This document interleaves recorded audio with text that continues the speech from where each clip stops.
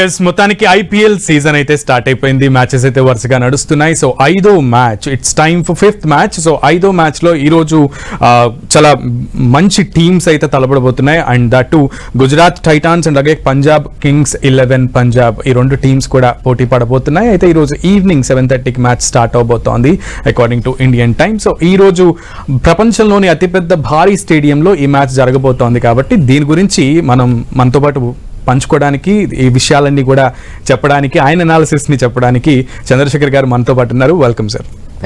So Chandrasekhar garu, before going to today's match, ఈ రోజు match గురించి మాట్లాడే ముందు నిన్నటి మ్యాచ్ ఎలా అనిపించింది? ఆద్యంతం చాలా థ్రిల్లింగ్ అనిపించింది from the beginning to the end. So Delhi Capitals, Lucknow super Giants, ఈ రెండు ఆడిన నిన్నటి మ్యాచ్ గురించి ఏం చెప్తారు? Perfect blended coffee taste. Exactly, ఒక్క మాటలో చెప్పాలి అంటే కనుక అంతకన్నా ఇంకా పెద్ద, ఎందుకంటే అసలు ఐపీఎల్ అభిమానులు లేకపోతే ఐపీఎల్కి ఇంత క్రేజ్ ఎందుకు వచ్చింది అంటే ఏ రకమైనటువంటి మ్యాచ్ల వల్లనే వచ్చింది. సూపర్ ఓవర్ దాకా వెళ్లాల్సిన అవసరం లేదు, బట్ ఏ రకమైనటువంటి ఫినిష్ ఉంటే కూడా చాలు, డెఫినెట్ గానే ఫ్యాన్స్ విల్ ఎంజాయ్ అలాట్. ఆ రకమైనటువంటిది, ఎందుకంటే cricket always I believe in that if you look the cricket in a romantic way, it has its own ups and downs. So ఆ రకమైనటువంటి అప్స్ అండ్ డౌన్స్. ఒక టైంలో యాక్చువల్గా డెఫినెట్గా 230, 240 score అనేటువంటి దాని నుంచి ఎల్ఎస్జి 209కి రిస్ట్రిక్ట్ అవటం, ఆ తర్వాత డీసీ ఏకంగా హాఫ్ ద వే సైడ్ దీంట్లోకి వెళ్ళిపోయిన తర్వాత, అంటే డ్రెస్సింగ్ రూమ్కి చేరుకున్న తర్వాత ఎటువంటి హోప్స్ లేనటువంటి టైం నుంచి మళ్ళీ Ashutosh Sharma the way he let the side to the finishing line. So ఇదంతా ఈ రకమైనటువంటిది. Plus of course Rishabh Pant catch miss చేయటం అనేటువంటిది కావచ్చు. ఈవెన్ యాక్చువల్గా మోహిత్ శర్మ అది లాస్ట్లో ఒక ఛాన్స్ ఇచ్చాడు, జస్ట్ ఈ plate to the silly point, అక్కడి నుంచి రన్అట్ చేసేటువంటి అవకాశాన్ని వాళ్ళు మిస్ చేసుకోవటం. దాంతో ఎనీవే మళ్ళీ ఫినిషింగ్ లైన్ని Ashutosh Sharma is really he played a fantastic. Exactly, last time ఢిల్లీలో ఉండే, సో ఇప్పుడు కాబట్టి ఓవరాల్ గా ఐపీఎల్ ఎందుకు ఇంత క్రేజ్ అనేటువంటి దానికి ఒక పర్ఫెక్ట్ ఎగ్జాంపుల్ గా ఈ మ్యాచ్ మనం డీసీ అండ్ అశుతోష్ ఆట తీరు చూసిన తర్వాత చెప్పచ్చు. నిన్న అశుతోష్ ఆట తీరు చూసిన తర్వాత పంజాబ్ ఏమైనా కొంచెం అయినా బాధపడి ఉంటుంది అంటారా? సో బికాజ్ లాస్ట్ ఇయర్ ఆయన పంజాబ్ కి నుంచి ఆడారు. అంటే ఇప్పుడు ఒక్కటి ఎట్లా ఉంటది అంటే, ఇప్పుడు Rinku sing for that matter, Rinku Singh initial గా చాలా ఎక్స్పెక్టేషన్స్ క్రియేట్ చేశాడు. ఈవెన్ యాక్చువల్ గా ఆ గేమ్ తోటే ఇండియన్ టీమ్ లో కూడా అతనికి చోటు వచ్చింది 2020 ఫార్మాట్ లోకి. బట్ దాన్ని నిలుపుకోగలిగాడా? ఆ రకమైనటువంటిది మళ్ళీ ఆ రకమైనటువంటి మెరుపుల్ని మనం చూడగలుగుతున్నాము. Even for that matter you take the Brathwaite, you remember the name forever అనేటువంటిది కామెంటేటర్స్ నుంచి వచ్చినటువంటిది, కామెంటరీ బాక్స్ లో నుంచి ద వే యాక్చువల్గా అతను ఛాంపియన్స్ ట్రోఫీ గెలిపించిన తర్వాత. But can you see the same kind of aggression and same kind of batting. So కాబట్టి ఒక్కొక్కసారి ఒక్కొక్క ఇది వస్తుంది. అందుకని ఏదో ఒక ఇతన్ని మనం వదిలేసాము. Yes, you are right. ఒకవేళ 14 మ్యాచెస్ ఇతను ఇదే రకమైన డెఫినెట్ గా కొన్ని టీంలు ఆ ఫ్రాంచైజీలు కొంత రిగ్రెట్ అయ్యేటువంటి అవకాశం ఉంటుంది. But you cannot judge basing on just one innings. But actual గా నిన్న ఒక ఇన్నింగ్స్ ఆడాడు, దట్ ఇస్ ట్రూ.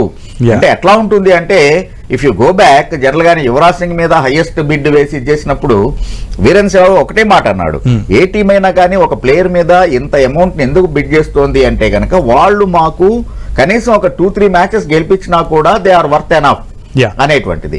సో కాబట్టి ఆ రకంగా ఏంటి అంటే తనకి ఇచ్చినటువంటి స్థానానికి జస్టిఫై చేస్తూ నిన్నటి మ్యాచ్ నిజంగానే ఫ్రమ్ నోవేర్ టు విక్టరీకి తీసుకెళ్లాడు. కాబట్టి he became the hero, overnight hero అయ్యాడు. సో ఈ రోజు మ్యాచ్ గురించి మాట్లాడేద్దాం. So Punjab versus Gujarat. So ఈ రోజు టీమ్స్ యొక్క బలబలాలు ఎలా అనిపిస్తున్నాయి మీకు? అండ్ సో ఏ టీమ్ కి ఎడ్జ్ ఉండే అవకాశం ఉంది? దిస్ ఇస్ కొంచెం ట్రిక్కీనే, ఎందుకంటే రెండు కూడా almost more or less same strength తో ఉన్నటువంటి రెండు కూడా. ప్లస్ ఇంత మటుకు 17 ఎడిషన్స్ అయిపోయినాయి, we're in the 18th edition. But still ఇంకా కప్పు కొట్టేటువంటి దాన్ని, అంటే ఆ ఆశ నెరవేర్చుకున్నటువంటివే. ఈవెన్ ఇంకా పంజాబ్ విషయానికి అయితే కనుక కనీసం ప్లే ఆఫ్కి వచ్చేటువంటి పరిస్థితి లేకుండా ఎప్పుడు కూడా అట్టడుగునుంటున్నటువంటి పరిస్థితి, అంటే below the line. Exactly. So కాబట్టి ఇట్లాంటి వాటి నుంచి డెఫినెట్ గానే కొంత ఎక్స్పెక్టేషన్స్ అనేటువంటివి ఉంటాయి. కాకపోతే ఇంత లాస్ట్ 17 ఎడిషన్స్ లో జరిగినటువంటి పొరపాటుని ఇచ్చేసుకుంటూ ఈసారి రెండు టీంలు కూడా చాలా బ్యాలెన్స్డ్ గా ఉండటం అనేటువంటిది, ఆప్షన్ లో కరెక్ట్ గా హోంవర్క్ చేసి తీసుకోవటం. గుజరాత్ టైటాన్స్ విషయానికి వచ్చేటప్పటికి ఎస్ ఆఫ్ కోర్స్ కెప్టెన్ మారలేదు, Shubman Gill the same he's continuing, but కాకపోతే మేనేజ్మెంట్ మారింది. సో కాబట్టి కొత్త మేనేజ్మెంట్ వచ్చింది, మేనేజ్మెంట్ టేక్ ఓవర్ చేసుకుంది లాస్ట్ దాని నుంచి. సో కాబట్టి ఇప్పుడు మేనేజ్మెంట్ కి ఇప్పుడున్నటువంటి టీమ్ కి ఏ రకమైనటువంటి బాండింగ్ ఏర్పడింది, ఎంత కార్డియల్ రిలేషన్ ఏర్పడింది అనేటువంటిది. ఎందుకంటే so management also plays a key role, vital role అంటారు. వై నాట్ యాక్చువల్ గా if you look at Goenka LSG విషయాన్ని కనుక చూసినట్లయితే వాళ్ళు యాక్చువల్ గా అంటే మహేంద్ర సింగ్ ధోనీని ఏ రకంగా ట్రీట్ చేశారో చూసాం మనం. 2 years సిఎస్కే నుంచి అతను ఇదైన తర్వాత దట్స్ అన్ఫార్చునేట్ ఇష్యూ. ఆ తర్వాత ఈవెన్ కేఎల్ రాహుల్ ని ఎట్లా ట్రీట్ చేశారనేటువంటిది చూసాం మనం. సో కాబట్టి back of the mind captain కి ఎప్పుడు కూడా అరే నా టీమ్ మేనేజ్మెంట్ నా ఓనర్ ఇట్లాగే కదా, ఒకవేళ నేను కనుక if you cannot deliver the best and more over what actually he's expectations, దాన్ని కనుక నేను రీచ్ కాకపోతే నాకు ఏ రకమైనటువంటి ట్రీట్మెంట్ ఉంటుంది అనేటువంటిది back of the mind, keeping in mind అంతకుముందు జరిగినటువంటి ద పాస్ట్ హ్యాపెన్స్ డెఫినెట్ గానే ఉంటుంది అది. సో ఎప్పుడైనా కానీ టీమ్ మేనేజ్మెంట్, ఇప్పుడు ముంబై ఇండియన్స్ ఎందుకు అంత successful, team manage, CSK why అంత సక్సెస్ఫుల్, కప్పు కొట్టకపోయినా కూడా ఆర్సీబీ ఎందుకు అంత సక్సెస్ఫుల్, దో విజయ్ మాల్యా అది అంటే మేనేజ్మెంట్ ఇది కొంత ఉన్నా కూడా ఎందుకు అంత సక్సెస్ఫుల్ అంటే మిగిలినటువంటి టీమ్ మేనేజ్మెంట్ ఏదైతే ఉందో వాళ్ళు ప్లేయర్ కి ఇవ్వాల్సినటువంటి ఆ రెస్పెక్ట్ ఇస్తూ ఉన్నారు, ఆ లాయల్టీని ఆ కార్డియల్ రిలేషన్ ని మెయింటైన్ చేస్తూ ఉన్నారు. కాబట్టి మనం చెప్పుకుంటున్నటువంటి 3 టీంలు ఎందుకు ఎప్పుడు చెప్పుకుంటూ ఉంటాం మనం. సో దాన్ని డెలివర్ చేయగలుగుతూ ఉన్నారు. Even for that matter down the line 2 years నుంచి కనుక చూసినట్లయితే ఎస్ఆర్హెచ్ మేనేజ్మెంట్ లో కావ్య మారన్ ట్రీట్మెంట్ లో చాలా తేడా కనబడింది. అందుకనే మీకు ఆ రిజల్ట్స్ అనేవి కనబడుతున్నాయి. లాస్ట్ ఇయర్ యాక్చువల్ గా మనం ఫైనల్స్ దాకా వెళ్ళాం ఎటువంటి ఎక్స్పెక్టేషన్స్ లేకుండా. అంతకు ముందు యాక్చువల్ గా ఎస్ఆర్హెచ్ అంటే హోమ్ గ్రౌండ్ లోనే మీ టీం ఏది అంటే కనుక ఎస్ఆర్హెచ్ అని చెప్పేటువంటి పరిస్థితి లేదు మంది అభిమానులు. బట్ అదే ఇప్పుడు ఐఎమ్ షూర్ మీరు CSK and SRH match at CSK అంటే ఎట్ చెన్నై ఆడుతున్నా కూడా RCB and SRH at Bengaluru ఆడుతుంటే కూడా there are certain amount of fans yes SRH is my favourite అని చెప్పేటువంటి ధైర్యంగా చెప్పుకునేటువంటి పరిస్థితి వస్తుంది. How your management is treating with the players అనేటువంటిది. ఏదో నేను కొనేశాను డబ్బులు ఇచ్చేస్తున్నాను కాబట్టి కథనం చలాయిస్తాను అనేటువంటి, ఎందుకంటే ఎవ్రీ ప్లేయర్ ఇండివిజువల్ గా అండ్ ఐకాన్స్ ఆ స్టేజ్ కి వచ్చారు కాబట్టి. సో అందుకని అది ఎట్లా ఉంటుంది అనేటువంటిది ఇప్పుడు గుజరాత్ టైటాన్స్. అయితే ఈ 2 టీమ్స్ మీరు అన్నట్లుగా మేనేజ్మెంట్ చాలా ఇంపాక్ట్ చూపిస్తుంది కాబట్టి ఇప్పుడు మీరు అన్నట్లుగా మారింది కాబట్టి సో ఈ 2 టీమ్స్ కూడా లాస్ట్ టైం సెమీస్ కి వెళ్ళాలి, క్వాలిఫై అవ్వలేదు. సో ఈసారి క్వాలిఫై అవుతుంది అనుకుంటారా? రెండిట్లో ఏదో సంభవం అంటే అఫ్ కోర్స్ గుజరాత్ ఈజ్ ఇప్పటికీ బాగా మంచి టీమ్ గానే ఉంది. ప్లస్ పంజాబ్ కి ఈసారి కొంచెం డెఫినెట్ గానే కనీసం వాళ్ళు ఫస్ట్ టాప్ 4 కి వచ్చేటువంటి ఆ పొటెన్షియాలిటీ ఉంది, ఈసారి పెంచుకున్నారు అనేటువంటి ఫీలింగ్ అయితే ఉంది. ఆన్ పేపర్ అట్లీస్ట్ మనం ఎట్లా అనలైజ్ చేసుకుంటాము అంటే కనుక జనరల్ గానే ఆన్ పేపర్ కనబడేటువంటిది. ఇప్పుడు రిషబ్ పంత్ ఉన్నాడు కాబట్టి డెఫినెట్ గా ఆ టీమ్ సక్సెస్ఫుల్ టీమ్ అంటాం. బట్ నిన్న 6 balls ఆడి డక్అవుట్ అయ్యాడు. సో ఒక్కొక్కసారి అవుతుంది. Even for first match Rohit Sharma out అయ్యాడు. అదే రోహిత్ శర్మ నిలబడితే కనుక మనకి champions trophy first league match లో అంతా ఫెయిల్ అయినటువంటి వాడు ఒక్కసారిగా man of the match finals మనకి కప్ ఇచ్చాడు. సో ఇట్లాంటి ఇంపాక్ట్ ప్లేయర్లు ఎట్లా ఉంటారు అంటే కనుక వాళ్ళ నుంచి ఎక్స్పెక్టేషన్స్ చాలా ఎక్కువగా ఉంటూ ఉంటాయి. కాబట్టి ఒక్క మ్యాచ్ లో వాళ్ళు దాన్ని డెలివర్ చేయలేకపోయినా కూడా ఆటోమేటిక్ గా కొంత విమర్శలు అనేటువంటివి వస్తూ ఉంటాయి. సో ఈసారి డెఫినెట్ గానే పంజాబ్ ఒకటి successful captain and successful coach అయినటువంటి రికీ పాంటింగ్ రావటం వాళ్ళకి అది డెఫినెట్ గా added advantage, no doubt in that. And moreover actual గా ద శ్రేయస్ అయ్యర్ అవును కెప్టెన్ ఇప్పుడు ఏ ప్రూవెన్ క్యాప్టెన్. నేను అక్కడికే వస్తున్నా యాక్చువల్లీ అదే అడుగుదాం అనుకుంటున్నాను క్యాప్టెన్. సో కాబట్టి ఒక successful captain and successful coach combination లో ఉంది కాబట్టి this time I believe definitely Punjab Kings will make wonders. మీరు ఆల్రెడీ ఇచ్చేసారు కాబట్టి సక్సెస్ఫుల్ క్యాప్టెన్ అని చెప్పి సో నేను ఇదే క్వశ్చన్ అడుగుదాం అనుకుంటున్నా యాక్చువల్లీ బికాస్ ఫ్యూచర్ కెప్టెన్ ఒక అతను ఒక టీమ్ ని లీడ్ చేస్తుంటే ఈ రోజు మ్యాచ్ లో ఇంకొక అతను ది సక్సెస్ఫుల్ ప్లేయర్ గా ఉన్నారు ఇండియన్ టీమ్ లో. సో ఆయన శ్రేయస్ అయ్యర్ నడిపిస్తున్నటువంటి మ్యాచ్. సో ఇద్దరి కెప్టెన్సీని మీరు బ్యాలెన్స్ చేస్తే ఏం చెప్తారు బ్యాలెన్స్ చేసినప్పుడు? అట్లీస్ట్ వైట్ బాల్ క్రికెట్ కి వచ్చేటప్పటికి ఫ్యూచర్ కెప్టెన్ శుభ్మన్ గిల్ అనేటువంటిది ఫోకస్ అవుతుంది. ఈవెన్ ఐ డోంట్ థింక్ మనం ఒకవేళ ఫ్యూచర్ కెప్టెన్ రెడ్ బాల్ కూడా శుభ్మన్ గిల్ లీడ్ చేస్తాడు లాంగర్ ఫార్మేట్ ని అంటే కూడా ఆశ్చర్యపోయాల్సినటువంటి పరిస్థితి లేదు. సో అందుకని మీరు అన్నట్టుగా ఒక ఫ్యూచర్ కెప్టెన్ గా ఉన్నటువంటిది plus proven middle order batter గా ప్రూవ్ చేసుకున్నటువంటి శ్రేయస్ అయ్యర్. సో డెఫినెట్ గానే శ్రేయస్కర్మ పంజాబ్ కి శ్రేయస్ అయ్యర్ అనేటువంటిది it's definitely the matches coming matches will answer us. మొత్తానికి ఇద్దరు టాలెంటెడ్, ఇద్దరు ఇండియన్ టీంలో సెటిల్డ్ ప్లేయర్లు, వాళ్ళ మధ్య జరుగుతున్నటువంటి ఇది కాబట్టి it will be a good contest. Whose captaincy you are gonna give some edge? అంటే ఇద్దరు ఇంకా ఈవెన్ యాక్చువల్గా శుభ్మన్ గిల్ కూడా ప్రూవ్ చేసుకోవాల్సినటువంటిదే ఉంది. శుభ్మన్ గిల్ కూడా ప్రూవ్ చేసుకోవాల్సినట్లా, ఎందుకంటే ఒక్కసారిగా హార్దిక్ పాండ్యా నుంచి క్యాప్టెన్సీ తీసుకున్న తర్వాత తడబాటు అనేటువంటి చూసాం మనం లాస్ట్. ఇప్పుడు ఐపీఎల్లోకి ఎంటర్ అయిన వెంటనే ఫస్ట్ సీజన్ లోనే సక్సెస్ఫుల్ టీమ్ గా ప్రూవ్ చేసుకున్నటువంటి టీము సెకండ్ ఎడిషన్ కి వచ్చేటప్పటికి ఆరకమైనటువంటి ప్రదర్శన ఎవరు ఎక్స్పెక్ట్ చేయలేదు.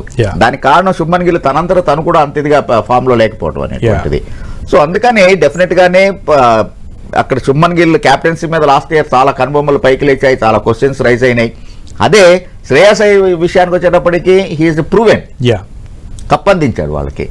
సో అందుకని ఇప్పుడున్నటువంటి పరిస్థితుల్లో ఇద్దరు క్యాప్టెన్సీని కంపేర్ చేయటం అంటే కనుక on the basis of the success ratio definite గా శ్రేయస్ అయ్యర్ గురించి మనం చెప్పుకోవాలి. బట్ ఫ్యూచర్ కెప్టెన్ గా ఎక్స్పోజ్ అవుతూ ఉన్నాడు, ప్రొజెక్ట్ చేయబడుతూ ఉన్నాడు కాబట్టి Shubman Gill is have a point to prove it. Moreover ఏంటంటే ఈ రోజున యాక్చువల్గా అహ్మదాబాద్ లో జరుగుతోంది, తనకి as a player Shubman Gill కి మంచి రికార్డు ఉంది అక్కడ. హీ హ్యాస్ 163 స్ట్రైక్ రేట్ ఆ గ్రౌండ్ లో. ఈవెన్ యాక్చువల్ గా ఇట్స్ రియల్లీ వండర్ 2020 ఫార్మాట్ లో 70 యావరేజ్ తోటి బ్యాటింగ్ చేయడం అనేటువంటిది. సో కాబట్టి అది అతనికి అచ్చొచ్చినటువంటి గ్రౌండ్ కాబట్టి everybody wants to take off it's very smoothly. So అందుకని గుజరాత్ టైటాన్స్ ఈ రోజున కొంచెం వాళ్ళ క్యాప్టెన్సీ అంటే Shubman Gill will be confident captain. So you are supporting Gujarat ఈ రోజు. అయితే okay, before going to that clearly, so bowling గురించి కూడా మనం మాట్లాడదాం. No it's obvious thing, actually it's my work.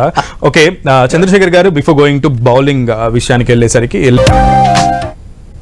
To the sports debate. So sir, రెండు teams యొక్క bowling lineup ఎలా ఉంది, అండ్ అందులోనూ గుజరాత్ టైటాన్స్ ఎక్కువగా సిరాజ్ మీద నమ్మకం పెట్టుకున్నట్టు కనబడుతుంది, ఏమంటారు?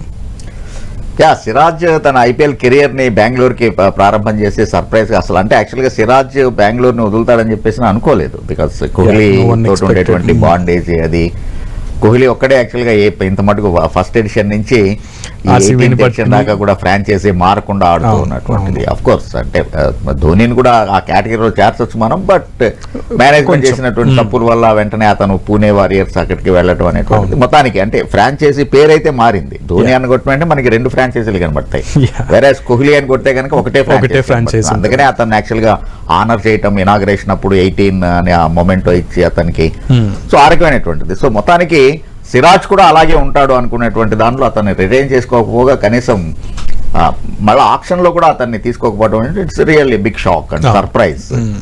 సో బట్ సిరాజ్ అలాగనే అంటే ఈ మధ్య కాలంలో కొంచెం రోహిత్ శర్మ చేసినటువంటి ఒక స్టేట్మెంట్ కావచ్చు, దానికి అఫ్ కోర్స్ సిరాజ్ ఇచ్చినటువంటి ఆ కౌంటర్ స్టేట్మెంట్, నా statistics are explaining what I am అనేటువంటిది.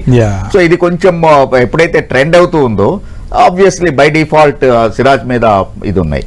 కానీ ఆనెస్ట్ గా చెప్పుకోవాలి అంటే ఇప్పటికీ కూడా సిరాజ్ డెత్ ఓవర్ బౌలర్ కాదు.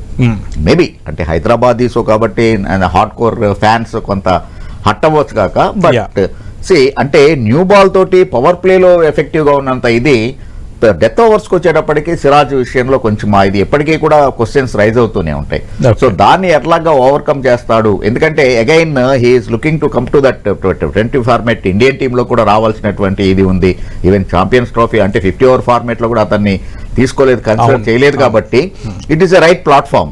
లైక్ ఎట్లయితే షేన్ వాట్సన్ లాంటి వాళ్ళు దీన్ని రైట్ ప్లాట్ఫామ్ గా వాడుకొని ఇండియన్ టీమ్ లో వాళ్ళ నేషనల్ టీమ్ లోకి వెళ్ళారు. సో అట్లాగా డెఫినెట్ గా అందుకు వెయిట్ చేస్తుంటారు కాబట్టి ఎస్ సిరాజ్ మీద ఎక్స్పెక్టేషన్స్ చాలా ఎక్కువగానే ఉంటాయి. సో గుజరాత్ నమ్మకం పెట్టుకోవడంలో తప్పలేదంటారు. No doubt. పర్టికులర్ గా న్యూ బాల్ తోటి అంటే పవర్ ప్లే లో మాత్రం హీ ఈస్ అన్ప్లేయబుల్, అందులో నో డౌట్. సో పిచ్ గురించి మాట్లాడదాం. Ahmedabad stadium the biggest stadium in the world. So దాని పక్కన పెడితే గ్రౌండ్ పిచ్ ఎలా ఉండే అవకాశం ఉంది, అట్మాస్ఫియర్ ఎట్లా ఉండే అవకాశం ఉంది, ఈరోజు స్కోర్ ఎంత చేసే ఆస్కారం ఉండొచ్చు? అంటే ఇక్కడ 2 పాయింట్లు బా. ఒకటి మిగిలినటువంటి ఎట్లాగో వరల్డ్ లోనే ద బిగ్గెస్ట్ క్రికెట్ స్టేడియం కాబట్టి మిగిలినటువంటి వెన్యూస్ కనుక వెళ్ళేట్లయితే strip at the most 6 or 7 pitches ఉంటాయి. బట్ అదే గుజరాత్ విషయానికి వచ్చేవాడికి మీకు మొటేరా స్టేడియంలో ఏకంగా ఆ strip, if you take the strip entire strip there are 10 pitches. So red soil, black soil and mixed soil తోటి. సో ఆ రకంగా డిఫరెంట్ ఇదిలో ఉండేటువంటిది. సో ఓవరాల్ గా మీకు అంటే కంప్లీట్ రెడ్ సాయిల్ మీద వాడినా కూడా లేకపోతే అంటే అంత బ్యాటర్ ఫ్రెండ్లీగా కాకుండా అక్కడ యావరేజ్ స్కోరే మీకు 155 160 ఇస్ ద యావరేజ్ స్కోర్. దానికి రీజన్ ఏంటి అంటే that is the biggest boundary line, అది కూడా చాలా పెద్దది 75 మీటర్స్ ఇది ఉండేటువంటిది 75 యార్డ్స్. వేరాజ్ మిగిలిన దగ్గర వచ్చేవాడికి మీకు 68 and 70 ఉంటుంది. సో ఇక్కడ మామూలుగానే మీకు బౌండరీలు అండ్ సిక్స్లు కొట్టడం అనేటువంటి కొంచెం కష్టమైనటువంటిది. సో కన్సిడరింగ్ ఆల్ దీస్ నేచురల్గా ఎప్పుడైతే 6 వెళ్ళటం తక్కువ అవుతుందో ఆటోమేటిక్ గా స్కోర్ కూడా చాలా తక్కువగానే ఉంటుంది. బికాజ్ ఎన్ని రన్స్ అని పరిగెడతాం 1 2 గా కన్వర్ట్ చేయాలి, 2 ని 3 గా కన్వర్ట్ చేయాలి. సో అందుకని I think 170 175 will be the best score అవుతుంది ఈ రోజు. సో మీరు ఐసీసీ మనం మాట్లాడుకున్నప్పుడు కూడా కరెక్ట్ గా ఎక్స్పెక్ట్ చేశారు, అంతే అయింది 260. సో ఈసారి కూడా 170 160 to 175 అంటున్నారు చంద్రశేఖర్ గారు. Very pointed to be noted and pointed analyst కూడా. సో ఈ విషయంలో అయితే డ్యూ కూడా ఒక రీజన్ గా ఉండొచ్చు. సో క్లైమేట్ కండిషన్స్ ఎలా ఉండే అవకాశం ఉంది, డిలే అయ్యే కొద్దీ అంటే కొంచెం లేట్ నైట్ అయ్యే కొద్దీ కూడా ఆ డ్యూ కండిషన్స్ ఎలా ఉండే అవకాశం ఉంది అహ్మదాబాద్ లో. And of course batting bowling lineup మారుతుందిలే కానీ బట్ దాని ఇంపాక్ట్ ఒకటి ఏంటంటే ఇంకా మనం మార్చ్ లోనే ఉన్నాము. సో కాబట్టి మోరార్లెస్ ఇక్కడ అంటే మాక్సిమం మీకు 35-37 degrees సెల్సియస్ రికార్డ్ అవుతుంది కానీ all over India it's not gone 40ని టచ్ అవ్వలేదు, it's not gone beyond 40 degrees Celsius. So అది మేజర్ ఫ్యాక్టర్ ఇక్కడ మనం గమనించాల్సింది. So when it is 37-38 degrees Celsius ఉందో ఆబ్వియస్ గా అప్ టు 10 o'clock మీకు same kind of heat waves will continue carry. Once 10 o'clock reach అయితే కనుక యాక్చువల్ గా మీకు ఆ డ్యూ ఫ్యాక్టర్ అనేటువంటిది అది వస్తూ ఉంటుంది. అందుకనే మనం గమనించినట్టయితే కనుక లాస్ట్ జరిగినటువంటి 8 matches ని కూడా మీకు సెకండ్ పేజ్ లో కూడా పెద్ద ఇబ్బంది పడినటువంటిది డ్యూ ఫ్యాక్టర్ అనేటువంటిది కనబడలేదు. లెట్ ఇట్ బి చెన్నై కావచ్చు, లేకపోతే హైదరాబాద్ కావచ్చు, ఫర్ దట్ మ్యాటర్ కల్కటా కావచ్చు, even of course Vizag. So అందుకని అదే ఒకటి మేజర్ ఇది. ప్లస్ ఒకవేళ అది అయ్యేట్లయితే కూడా ఎటువంటి ఇబ్బంది లేకుండా ఈసారి ICC governing council taken a very good decision.